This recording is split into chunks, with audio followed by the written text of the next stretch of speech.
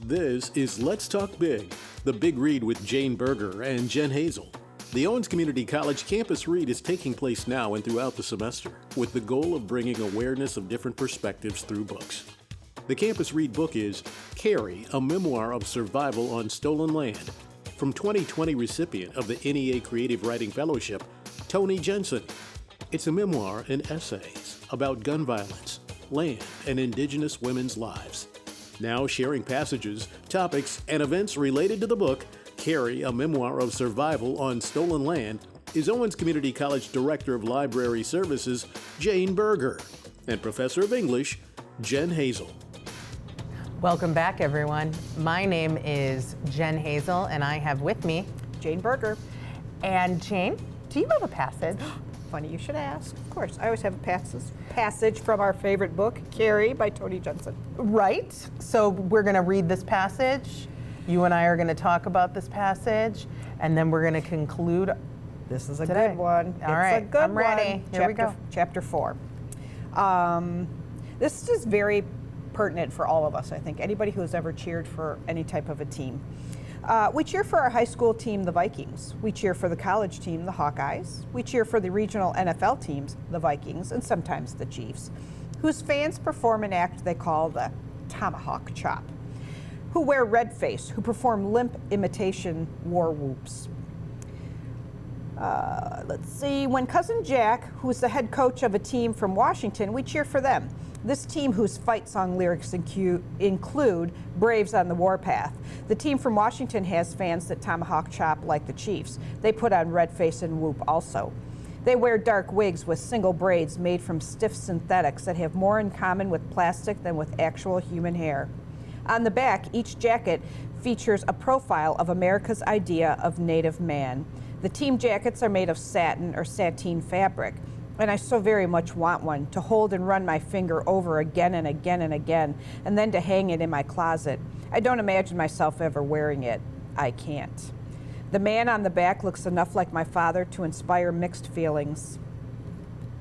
So, we had a lot of sport teams that had Native American, Cleveland Indians, for example, a lot of colleges. I went to college in Michigan. I know that Eastern Michigan used to be the Hurons, and they had to change their name. The university I went to, we got very lucky because the reservation that's actually in the town of Mount Pleasant is home to the Chippewa Indians, and we were the Central Michigan Chippewas, and we still are. But the relationship with the local Indian group allowed us to do that with some restrictions of, not shortening it and making any kind of like typical or kind of mainstream ideas. No face paint, no war calls and such. But that was a big deal. I know that I have friends who went to Miami University who still are upset that they had to change their name. I think they're Redhawks now. I'm not quite sure. Maybe they're not. I'm not sure what they were before, but I do know that they had to change their name, and there are people who are still salty about that. And I thought, well, why? I mean, if someone was mimicking your native group or your ancestry, would you want that to happen? No. Why is it okay for someone else to do that? Again, we weren't aware, and nobody said anything. And I'm so thankful that our Native American, friends are standing up for themselves and making this happen. I don't know. I would say this though, Jane. I'm not sure that they weren't. They weren't saying anything. I think maybe we're now listening. Yeah, you're right. And I would agree. Because I think the times are so different in a way that we are so much more in tune with other people around us in a way that we weren't even 20 years ago. Right, you're right. So I think that kind of plays into that. I think it's a very interesting passage.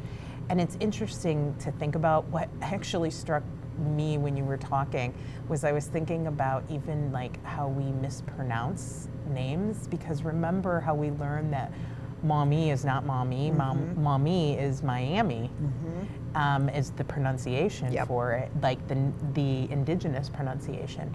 So I also learned Chippewa, home of my, I just love that university, but Ojibwa is the Native American pronunciation of Chippewa. And I just learned that since we've been talking about this theme this year. So a lot to be learned for all of us. And I think like language matters, and I think we are now really trying to do that. Like one thing that I think about is how last year you and I worked really hard to work out saying that something is crazy, something is nuts, something is insane, because those words actually are used in colloquial language today, but really what they mean is something very, very different.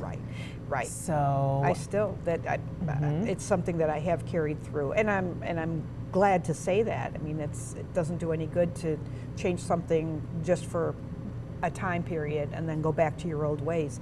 Yeah. It's a conscious effort to think of, nope, don't just oh, that's nuts.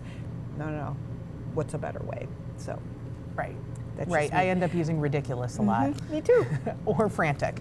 That's my favorite word. Right. So something like that. But that actually gets a little bit closer to what the issue is than something else. So I think that's super important, and it's interesting to think about. And I think all of those things matter, and I think it's important. And the more you're aware, then the more you can just spread knowledge, and the more than that it spreads acceptance. I think it really brought it home when she said the man on the back of the jacket looked so much like my dad.